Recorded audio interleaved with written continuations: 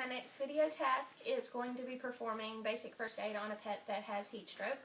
So this is a patient that has been brought in by their owner. Their owner took them on a walk at noon, which down here in South Alabama, it is very, very hot in the middle of summer, especially at 12 o'clock. So the patient is having a heat stroke.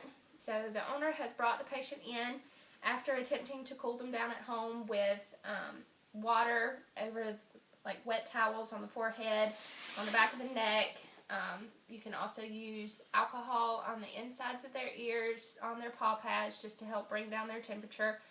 Beginning temperature for this poor pup was around 105, which is well above the high end of normal for a pup's temperature. So you want to try and keep the patient as calm as possible. Use the wet towels. You can repeat the process of wringing out wet towels, cool damp towels, put them on their forehead, over the tip of their nose. Just don't cover their eyes or their nose or their mouth. And repeat that process as needed just to help bring their temperature down. If a pet happened to have been outside or anything when the heat stroke happened, you can use a water hose just to wet their abdomen and wet the insides of their back legs. Careful not to let too much water sit on them or anything. They can keep the heat trapped in just because of their fur, but you want to kind of wring it out just a little bit and then keep repeating your process.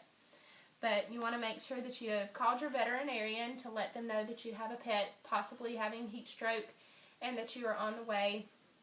Get your beginning and ending temperatures by the time you head to your veterinarian, just so you can give the veterinarian or the technician that takes the pet from you as much information about what you have done and at home to help bring down this pet's temperature. You want to make sure that once you've started your cooling process, when you keep monitoring their patient's temperature, that once it has reached 103.5, you stop all cooling processes and let the body cool down naturally just to prevent hypothermia.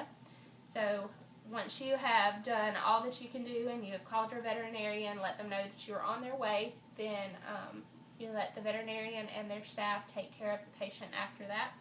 So this is my video on basic first aid for a pet having heat stroke.